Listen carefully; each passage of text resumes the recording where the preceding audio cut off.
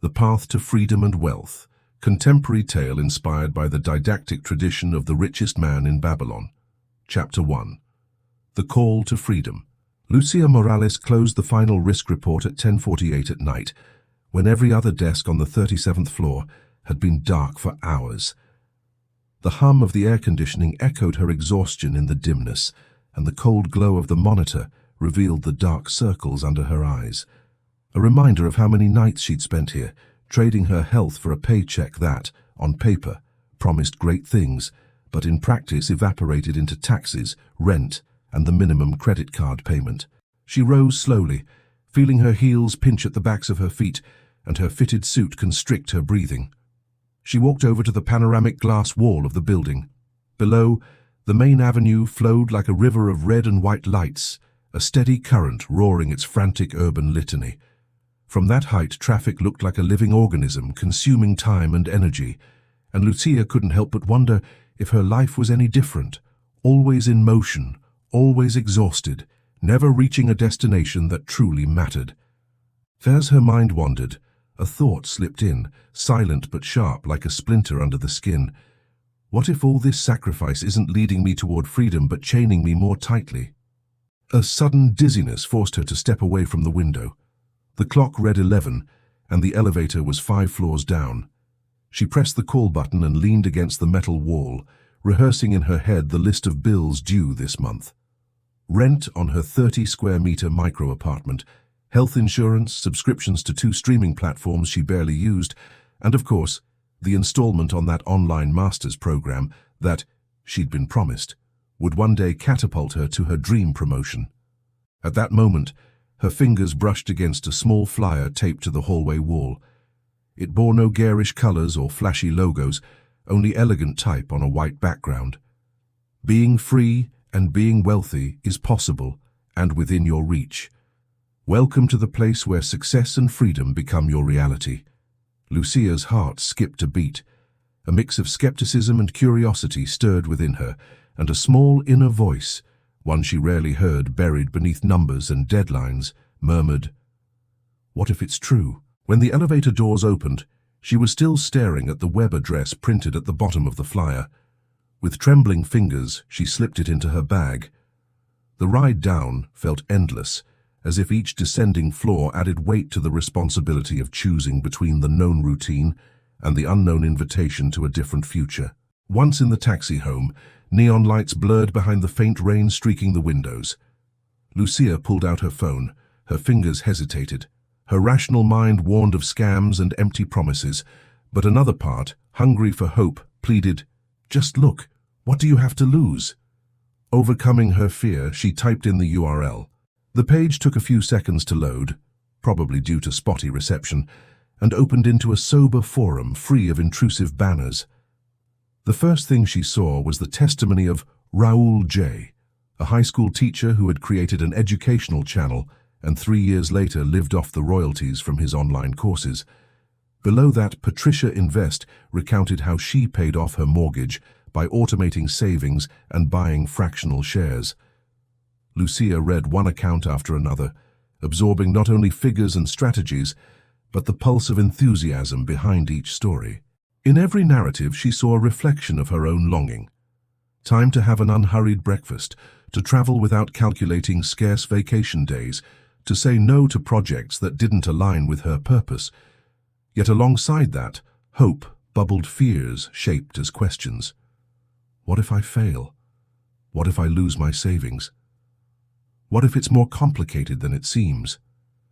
Rain fell harder as the taxi crossed the bridge to her neighborhood. Lucia felt a ping, one of the forum's messages. Freedom begins with a single decision. What will yours be tonight? It felt as though the page was speaking directly to her. At home, she turned on her desk lamp, dropped her bag on a chair, and without even taking off her coat, rummaged through a drawer for a blank notebook she'd bought months ago for someday life planning. Heart racing and hands still cold from the rainy night, she wrote on the first page in bold blue strokes, "Freedom equals wealth plus time plus purpose." Underlining the word purpose, she felt a surge of energy travel up her spine. She didn't have the complete map, but for the first time she glimpsed the possibility of choosing her own direction. Before closing the notebook, she added a margin note. "Tomorrow I start. No more excuses." She shed her coat with a trembling sigh, part nerves, part anticipation. Outside, the rain drummed against the window like a soft drumbeat, marking the start of a new chapter. Lucia understood something essential. The true call to freedom doesn't come with fanfare, but as a persistent whisper that, once heard, cannot be silenced. Chapter 2. The Unlikely Mentor. Lucia arrived at the co-working space a little before 8 the next morning, her adrenaline still pulsing from the night before. The repurposed industrial hall smelled of freshly varnished wood and roasted coffee beans. Exposed brick walls were splashed with inspiring murals. Fail fast, learn faster, think global, act local. Despite the vibrant atmosphere, Lucia felt a knot of insecurity in her stomach. It was her first time here, and she knew no one. She poured herself a latte and chose a table by the window. As she booted up her laptop, she heard a deep male voice addressing a dozen freelancers gathered in a semicircle. He wore dark jeans, rolled-up sleeves, and white sneakers without logos, projecting that rare blend of humility and authority, reserved for those who've walked the full path. "The difference between income and wealth is like the difference between rain and a river," he said. "Rain pours intensely, but runs off. A river flows endlessly because it has a channel. Your job today is to dig that channel." Lucia felt the phrase lodge itself in her mind. She opened a fresh note to capture each concept, afraid they would vanish like dreams come morning. The speaker introduced himself as Rodrigo Ibargüen, a former software engineer who, after selling his cybersecurity startup for 8 figures, devoted himself to planting anti-scarcity mindsets. He recounted how he went from living on pizza leftovers and instant coffee to investing in social impact projects across the continent. When his talk ended, the audience dispersed quickly, everyone returning to their screens and urgent to-do lists. But Lucia stayed rooted to the spot, gripping her paper cup as though it were a lifeline. The urge to approach him battled with her chronic shyness. What if my introduction sounds ridiculous? What if he dismisses me for knowing so little? Then she remembered her notebook's promise. No more excuses. She inhaled deeply and took the step. "I need to learn how to be free and wealthy," she blurted, surprised at how firm her voice sounded. Rodrigo sized her up with hazel eyes that seemed to look beyond the surface. Then he smiled warmly, as though recognizing a familiar spark. "The first wealth," he replied, "is conquering the fear that tells you you don't belong here. How far are you willing to go before you give up?" "Whatever it takes," Lucia answered, though an echo of doubt rattled her conviction. Rodrigo nodded and extended his hand. His fingers bore tiny burns from welding prototypes in his company's early days. "Good, but I warn you, I don't offer shortcuts or magic formulas. Each lesson demands immediate action. Fail one and the program ends. Do you accept?" Lucia's pulse raced. She pictured a departing train and knew it was now or never. "I accept," she said, feeling the word release a tingling sensation in her nape. The first assignment. Rodrigo told her to open her laptop and shared a link to a spreadsheet titled Financial Reality Tracker. It had columns for date, description, category, payment method, and the emotion tied to each expense. "For 30 days, he explained, you will record every cent you spend and every cent you earn, no exceptions. Tag each entry with the feeling, guilt, euphoria, boredom, need, obligation. That way you'll see money is psychological as well as numerical." Lucia's nerves pricked. Exposing her latte habit and magazine subscriptions felt like baring her soul. "What if I'm ashamed of what I find?" she asked. "Perfect," he replied. "Shame is a system alarm telling you something needs fixing. The antidote isn't hiding it, it's listening to it." First cracks in the armor. The first 2 weeks unfolded as an uncomfortable parade of revelations. $10 a day on specialty coffee, duplicate streaming subscriptions, automatic charges for productivity apps she never used. Each entry carried her own comment: stress relief, procrastination, fear of missing out. On day 15, she typed in the sheet's chat, "I feel my money slipping through my fingers like sand." Rodrigo replied with a seedling emoji and the phrase, "Every leak reveals where to build a barrier." The decisive month. Week 3 brought temptations. A shoe sale, an invitation to an upscale brunch, a weekend getaway planned by office friends. Saying no tasted like social sacrifice, but she recorded every impulse rejected and discovered that the satisfaction of controlling her present outweighed fleeting spending pleasure. By week 4, the logging ritual became meditative. Initial fear morphed into scientific curiosity. What happens if I cut coffee to 1 a week? How much would I save cancelling 3 subscriptions? She began to see herself as detective of her own financial case.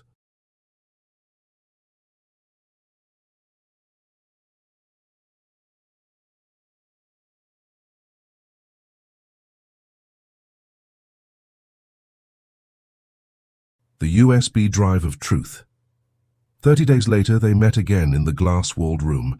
Rodrigo placed a small gold USB drive on the table without a word. "Your report is honest," he observed. "That's the first filter most people fail. This file holds your next step." Lucia swallowed hard. She sensed that by taking the drive, she also took on a promise. At home, she inserted it and found a single video. Rodrigo sat in a plant-filled studio, speaking calmly. Freedom begins with awareness. What isn't measured is wasted. You've mapped your reality, now you must act. Allocate 10% of your net income to a seed fund, untouchable capital that will grow into assets, automatic, non-negotiable. If your income rises, the seed grows. If it falls, you protect it even more. Remember, pay yourself first, then the world. Lucia let his words sink in. She thought of her grandmother saving coins in a jar labeled "Better Tomorrow." She realized her seed fund would be that jar, translated into market language. That very night, she opened a low-cost index investment account and scheduled automatic transfers for the 2nd of every month, right after payday. As she confirmed the setup, she felt fear. What if an emergency forces me to break it? And at the same time, a spark of optimism. She was investing in her future, not yielding to present anxiety. Closing her laptop, she allowed herself a breath of relief and wrote in her notebook, "Today I planted my first seed. May it grow into a forest." Chapter 3, the first investment. The creak of a wooden door and the rich aroma of freshly ground beans announced Lucia's arrival at Café Origine, a dimly lit spot with vintage maps on the walls. In a corner, Rodrigo awaited her with 2 steaming cappuccinos and a recycled cardboard folder. "You've come just in time to see your seeds sprout," he said theatrically, pointing at the folder.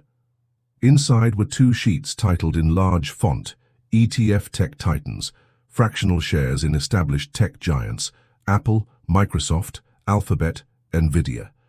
Red Solidaria P2P, a peer-to-peer microloan platform funding local entrepreneurs at 8% annual interest.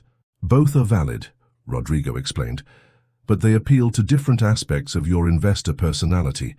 Big tech offers scalability and stability. Microloans deliver social impact and steady returns."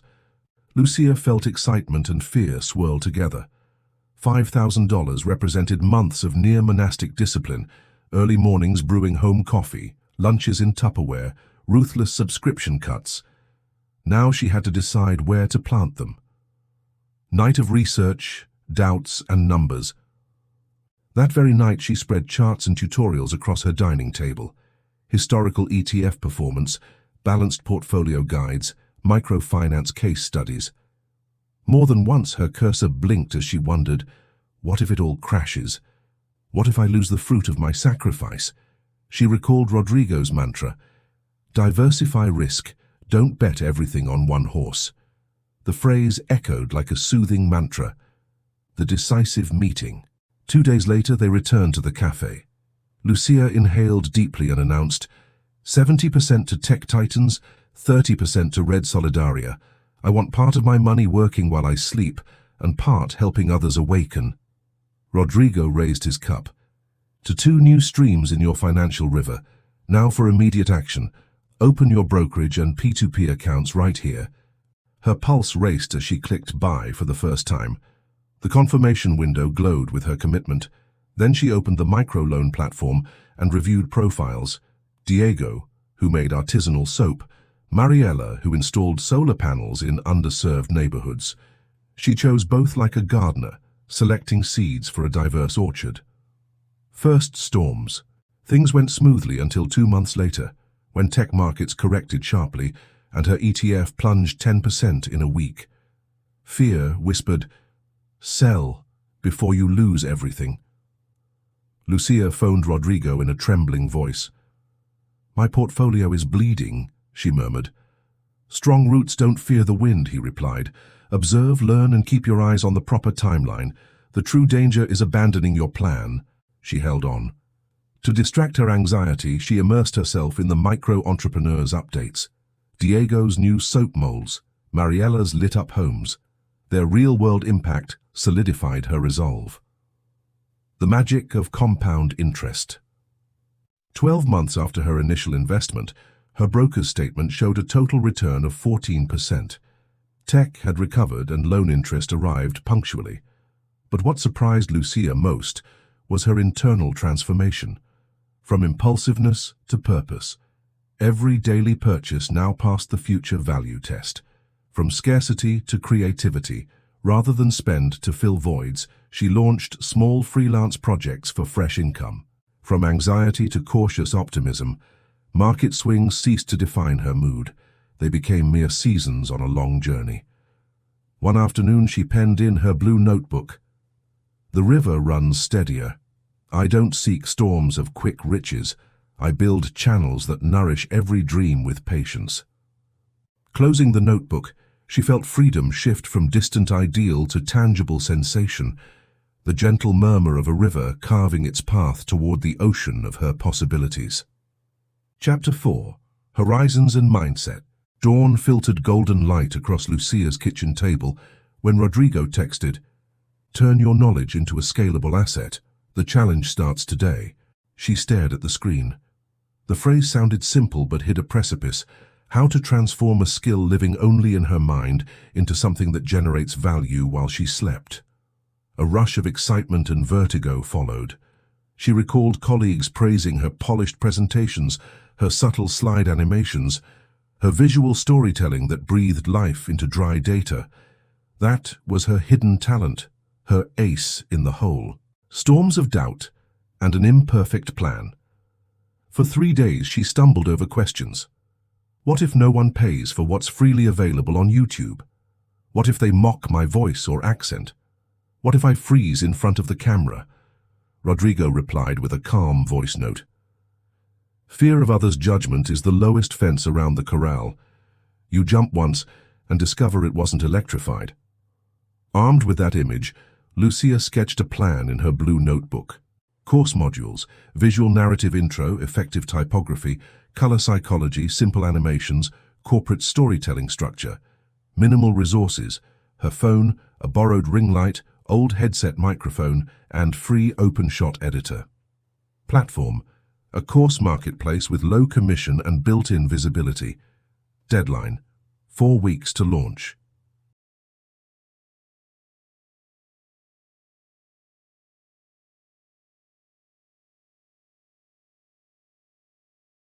First recordings, an emotional boxing ring.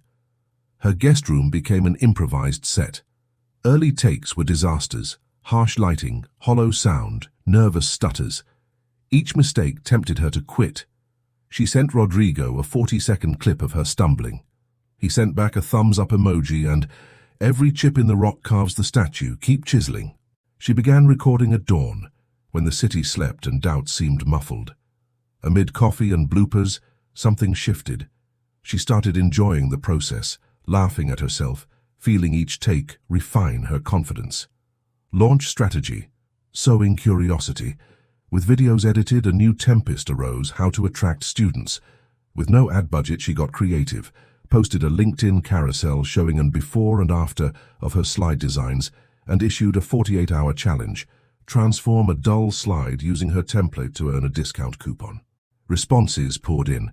In-house designers, consultants, even entrepreneurs without graphic experience sent screenshots. Notifications chimed non-stop, seeds germinating. The thrill of the first sale. The next morning, an email with subject, "Congratulations, you sold your first course," landed in her inbox. Lucia literally leapt from her chair, her heart pounding. $29 credited. A modest sum, but laden with meaning. That same day, 19 more enrollments arrived. She opened a spreadsheet and listed each student like recording new stars in her personal sky. Exponential growth and unexpected criticism. By month 2, sales tripled. Positive reviews praised clarity and downloadable templates, but criticism surfaced. Audio could be cleaner, needs an advanced section. One sleepless night, she chewed on those comments as if they judged her worth. Rodrigo messaged at dawn. Praise propels, critique refines. Every orchestra tunes before the final concert. Heeding his advice, she recorded 2 extra modules on advanced transitions and hired a freelance audio editor. Reviews improved, and enrollments jumped to 120 in month 3. The threshold of partial freedom. When quarterly payouts, 4 figures, hit her account, Lucia paused. Sitting on her building's rooftop, she let the night breeze play with her hair as the city lights flickered below like an electrified circuit board. She thought of the white flyer she found by the elevator months ago and realized that financial freedom wasn't a lottery ticket or a glorious milestone, but a succession of micro-decisions that, with discipline, become habits. Checking her phone, she saw passive income surpassed salary. Unsure whether to laugh or cry, she recorded a voice note for Rodrigo. "Today, my passive income overtook my wage." He replied with a rocket takeoff gif and, "Laughing and crying at once means you've crossed a threshold. Welcome to the vast horizon." Lucia returned inside with gratitude and hunger for the future. New ideas lined up like constellations ready to explore. But that night, high above the city, she embraced the proof that limits are flexible and that the formula in her notebook was becoming a living logbook of her freedom. Chapter 5. Serving to Grow. Windy Saturday dawned grey when Rodrigo messaged Lucia. "Today we bring light to a neighborhood many prefer to ignore. In 20 minutes, bring your best story." Her stomach knotted. Years of routine had confined her to air-conditioned offices and co-working cafes. This message invited her across invisible borders.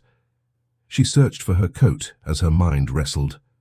What if I can't connect with these kids? What if my story sounds pretentious? What if they care more about lunch than digital finances? The taxi wove through wide avenues into narrow cobblestone streets. Colorful murals adorned crumbling walls. Amid graffiti bloomed a spirit of creative resistance. Rodrigo waited outside a worn brick community center and laughed softly at her tense expression. "Relax. Here the heart weighs more than the resume." The second chance classroom. Inside, a makeshift classroom buzzed with energy. 20 teenagers, mostly 13 to 18, sat with donated laptops and tattered notebooks. On the wall, a handmade sign read, "Code your destiny. Manage your future." The workshop coordinator introduced Rodrigo as the philanthropic hacker and Lucia as the visual architect of lucrative ideas. Curious yet cautious faces regarded them. They'd learned to distrust empty promises. Rodrigo displayed a giant Venn diagram, 2 circles intersecting. One circle is skill, the other opportunity. Freedom lies in the overlap, he said. After 20 minutes of logic and Python loops, he handed the stage to Lucia. Her hands trembled as she gripped the mic, aware of 20 pairs of eyes that could spark or scorch. "When I was your age," she began, "I thought freedom was impossible. Then I discovered that well-told stories move mountains and budgets. Today I make a living teaching that." She showed a slide of her online course and then a simple 4-step matrix for launching micro-digital ventures. Identify a problem, design a simple solution, connect with your audience, monetize ethically. She invited students to propose real problems from their neighborhood. Ideas emerged: lack of healthy food stalls, artisans struggling to sell beyond local markets, families needing tutoring but lacking access. Lucia guided a lightning exercise. Each team recorded a short video on their phones presenting a problem and solution. The room filled with nervous laughter, false starts and rewinds. Playing back the clips, screens reflected determined eyes and firm voices. Self-esteem was sprouting. A decisive encounter. At the end, a 17-year-old girl with curly hair and woven bracelets approached Lucia. "I'm Elena," she said. "My mum and I make jewelry but only sell at fairs. Do you really think I could open an online shop?" In her voice was hope, mixed with fear of another "you can't." Lucia saw her own early insecurity and decided to bet big. "I have a deal," she said. "Tomorrow at 5, I'll do a live demo showing how to set up your store in 1 hour. You'll be the pilot case. If you sell your first necklace in a week, we celebrate with a testimonial video." "Game?" Elena nodded, eyes shining. Planting impact. Later, packing up cables, Lucia asked Rodrigo, "Why volunteer your time?" He gazed at children playing with deflated balls outside. "Money multiplies impact," he said. "If you use it only for yourself, it grows one way. If you invest it in others, growth radiates outward. My freedom expands when I push theirs." On the ride to the subway, Lucia reflected on his words and recalled her own formula. Freedom equals wealth, plus time, plus purpose. She realized that purpose is nourished by service, not just accumulation. Everyday miracles and lingering fears. The next week was suspenseful. Would people join the live stream? Would the payment system work? Could Elena handle online customers? On the appointed day, 40 devices tuned in. Elena, hands shaking, uploaded photos of her necklaces into Lucia's free template. 10 minutes before closing, a notification chimed, "Sale completed." The chat erupted in emojis. Elena burst into tears. Lucia felt a knot in her throat. That $18 sale, more than any corporate bonus, proved that service generates shared wealth. With the adrenaline rush came new doubts. What if orders outgrow capacity? What if deliveries fail? Lucia inhaled deeply and recalled Rodrigo's lesson. Growth problems are better than stagnation problems. You solve them by building community.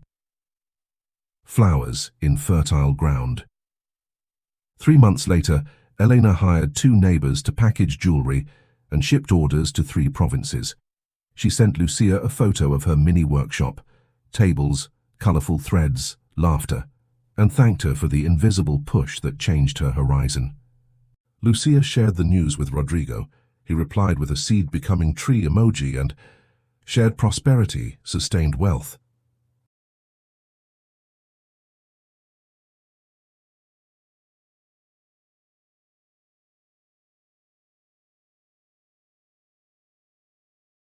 The epiphany of service. Sitting on her balcony at dusk, Lucia flipped through her blue notebook and wrote a new equation: personal prosperity, community service, lasting freedom. Underlining it, she felt a profound certainty. Her journey toward wealth wasn't a straight line, but a spiral that always returned to its origin, her own heart, yet at a higher level. The drive to accumulate transformed chapter by chapter into a desire to multiply knowledge, opportunity, and dignity. She realized that each time she helped another kindle their torch, the shared light better illuminated her own path. That night, she recorded a voice note to Rodrigo. "Today I understood the greatest freedom is seeing others fly on wings you helped build." Her mentor replied at dawn, "Then, little architect of destinies, prepare yourself. The skies are vast, and many wings remain to be designed." Chapter 6. Time, the Forgotten Asset, Expanded Version. Despite her flourishing bank account from course royalties and microloan interest, Lucia still chased the persistent ping of corporate notifications.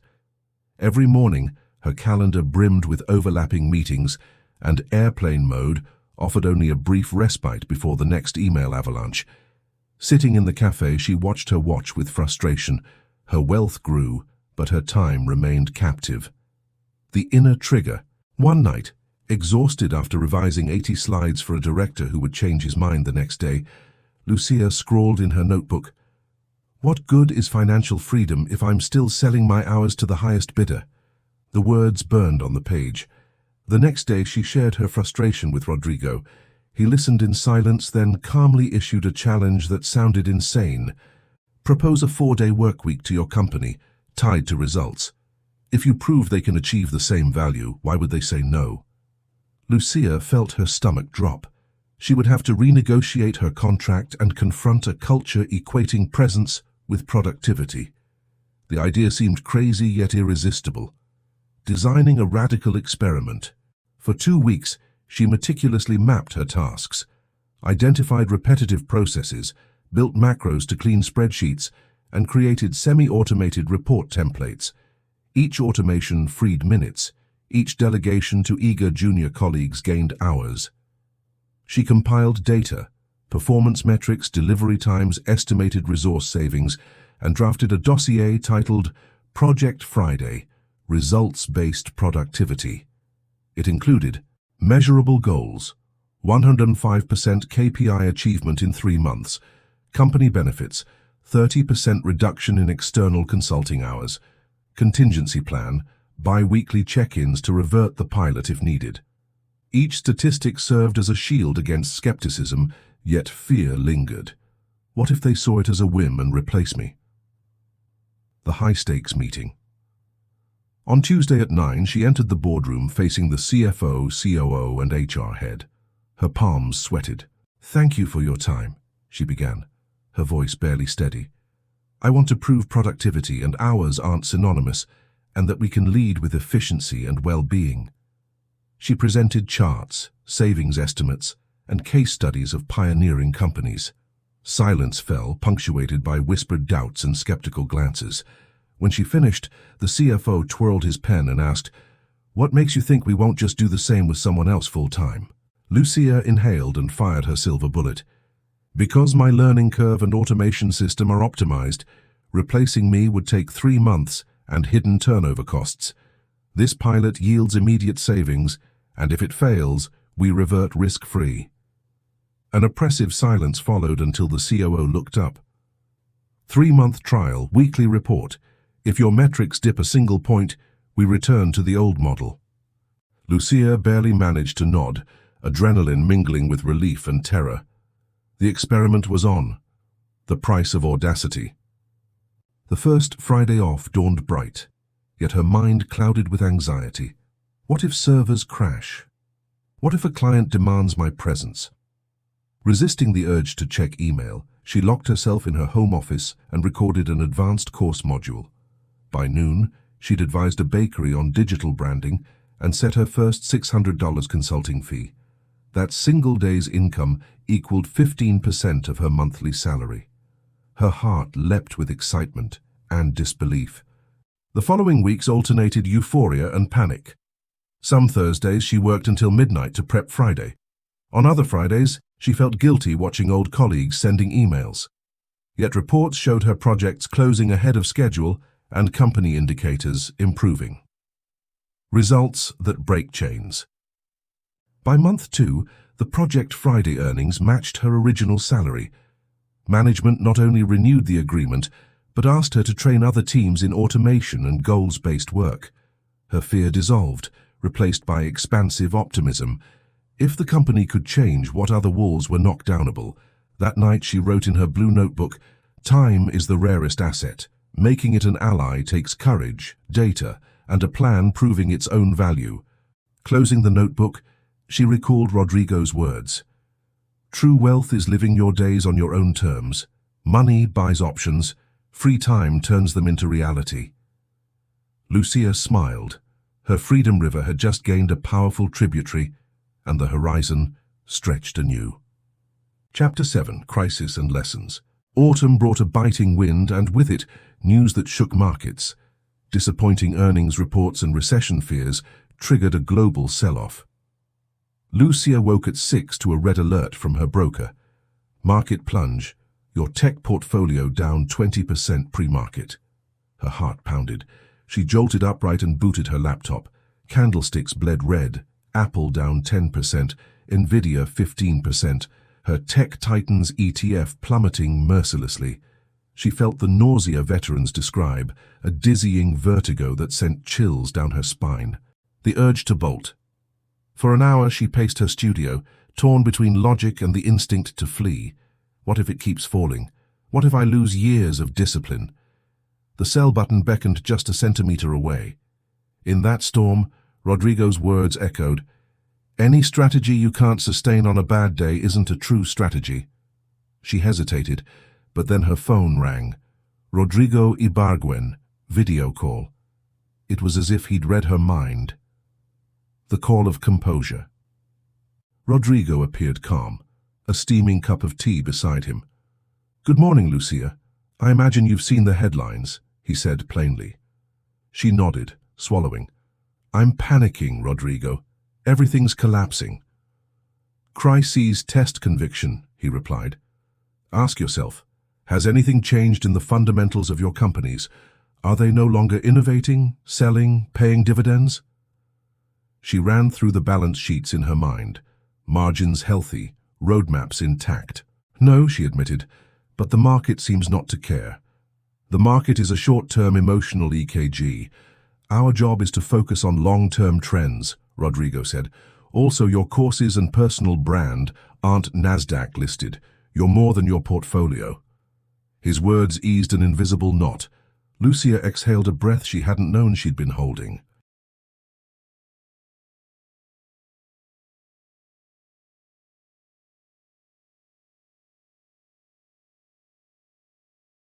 The counterattack strategy. "I want you to do two things," Rodrigo continued. "First, check your cash cushion. 3 to 6 months of expenses should be untouched. Second, if you move positions, do it by rules, not fear." Together they opened a shared sheet. Her cash reserves, bolstered by Project Friday and course revenue, were robust. They crafted a defensive maneuver. Hold Tech Titans shares. Allocate 10% of cash to defensive sectors, healthcare, consumer staples, utilities. Buying a Dividend Aristocrats ETF and a Utilities ETF. Set staggered buy orders for deeper corrections, small purchases every 5% drop, to avoid perfect timing. "That's how you turn fear into opportunity," Rodrigo said. "Remember, compound interest loves discounts."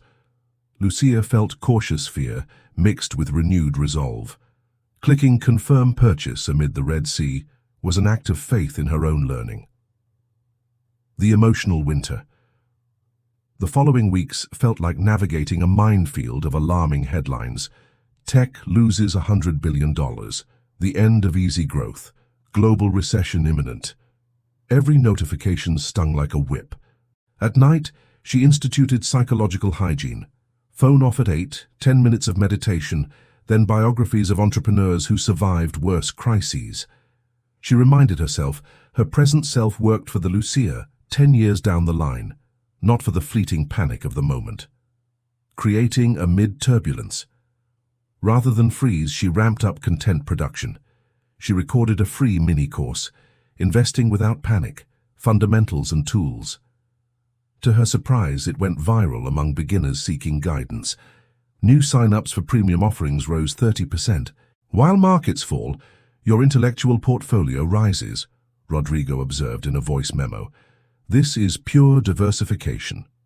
The slow spring of recovery. 3 months later, the downturn eased. Corporate reports showed resilience, and the Fed hinted at stimulus. Lucia watched daily candles shift from furious red to tentative green. At 5 months, her Tech Titans ETF recovered half its losses. At 6 months, her portfolio returned to break even, and her defensive ETFs paid steady dividends. The day her broker dashboard read plus 2% YTD, she exhaled relief. It wasn't a fortune, but proof the strategy worked. More importantly, she'd changed. Her pulse no longer quickened at headlines, and panic selling no longer tempted her. Little lessons. That night, she wrote in her blue notebook, "Serenity is a competitive advantage. Fear is tamed with data and discipline.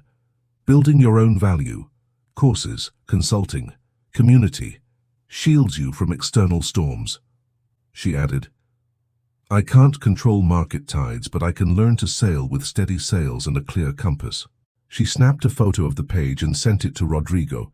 He replied with an anchor emoji and, "A sailor who weathers the storm returns wiser, and with better charts." Lucia closed the window to the soft patter of rain on glass. She understood that every crisis, like every season, passes, but the lessons and resilience it leaves are permanent treasures for the traveler who stands firm. Chapter 8: Legacy and Community. 5 years after finding that mysterious elevator hall flyer, Lucia Morales stepped into the financial tower where it all began. The lobby, once a symbol of power, felt now like a museum of others' promises. Luxury watches, tailored suits, tense smiles. Passing through the turnstile, a wave of emotion hit her. Gratitude for all she'd learned, nostalgia for colleagues left behind, and above all, the thrill of uncertainty. She'd carried her resignation letter folded in her bag for weeks, handled it like a talisman she feared might lose its magic. That morning, she finally delivered it. On the way to the CFO's office, her heart pounded, each step a reminder of giving up the stable salary she once dreamed of. What if it's too soon? What if markets change again and her passive streams falter? Then Rodrigo's words echoed. True legacy is daily courage, not accumulated comfort. She took a deep breath, opened the door and placed the letter on his desk. The director, stunned, offered her an even higher position and a generous bonus. For a second, the temptation caressed her like a warm breeze, but she remembered the dawn spent filming courses, Elena's first sale, the glow in young faces at the community workshop. That universe couldn't fit in a pay raise. She smiled serenely and said, "Thank you, but my path continues beyond these walls." Exiting the building, the glass panels reversed their hold. They no longer contained her. Now she passed through them toward her own horizon, the symphony of income and the call of purpose. Her new reality was a mosaic of streams. Monthly royalties from her digital book, Design That Persuades, translated into 3 languages, index fund dividends growing with metronomic rhythm, microloan interest financing small businesses in 10 cities, a 25% stake in EDU Spark, the educational startup she founded with Elena, now 7 employees and 200 active students. Each flow converged into her great freedom river, yet Lucia sensed a larger channel was missing, leaving a mark beyond her own account balance. Preparations for an unforgettable night. She decided to celebrate her independence and sow her legacy by booking the same co-working where she'd met Rodrigo, wanting the walls that witnessed her first steps to see the launch of the Free Seeds Foundation. For weeks, she rose before dawn to refine its mission, design scholarships, and forge mentor partnerships. Despite her success, doubts returned on the eve of the event. What if no one supports my project? What if I let the scholars down? A storm of insecurity threatened her confidence. She called Rodrigo past midnight. "I feel like I'm jumping without a net," she confessed. "The leap always brings vertigo," he replied. "But remember, you've built your wings and community wind will lift you." The gathering. That afternoon, the co-working filled with coffee aromas and murmurs of expectation. Warm lights highlighted panels showing students whose lives transformed by small injections of knowledge and microfinance. Facing a giant screen, Lucia spotted family, former colleagues, students, micro-entrepreneurs, and curious onlookers. When Rodrigo entered, spontaneous applause erupted. The mentor was living legend for many there. With a trembling voice at first, Lucia recounted her journey. The elevator flyer night, the seed fund, her first investments, the Friday project, and overcoming the market crash. Each anecdote evoked old fears, and the discipline forged certainty that freedom is built, not inherited. Raising her coffee cup, a symbol of those many early mornings, she declared, "Being free and wealthy is possible, and it begins when we believe we deserve it, manage our time, serve others, and let money work for us." Today, what started as an individual dream becomes collective. The Free Seeds Foundation will award 10 annual scholarships to young entrepreneurs from vulnerable communities, offering seed capital, mentorship, and financial education. A reverent silence preceded an ovation that shook the windows. Among the crowd, Elena dabbed a tear. Next to her, Rodrigo tapped his cane on the floor in pride. Echoes of the seeds. After toasts, a shy teenager approached Lucia. "My name is Matteo. I watched your videos and I want to build a sign language app. Could I apply for a scholarship?" Lucia felt a surge of renewed hope. That was the legacy she yearned for. Opportunity chains multiplying outward. As soft music filled the room and city lights blinked beyond the window, she recalled her original equation: freedom equals wealth plus time plus purpose. That night she added a new variable, scribbling on a cocktail napkin. Lasting freedom equals wealth plus time plus purpose, multiplied by community. She kept the napkin like a charm.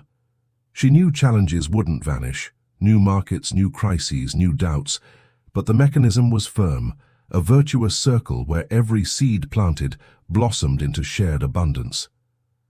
As she said goodbye, Rodrigo whispered, "The densest forests grow from the smallest seeds. Thank you for planting yours."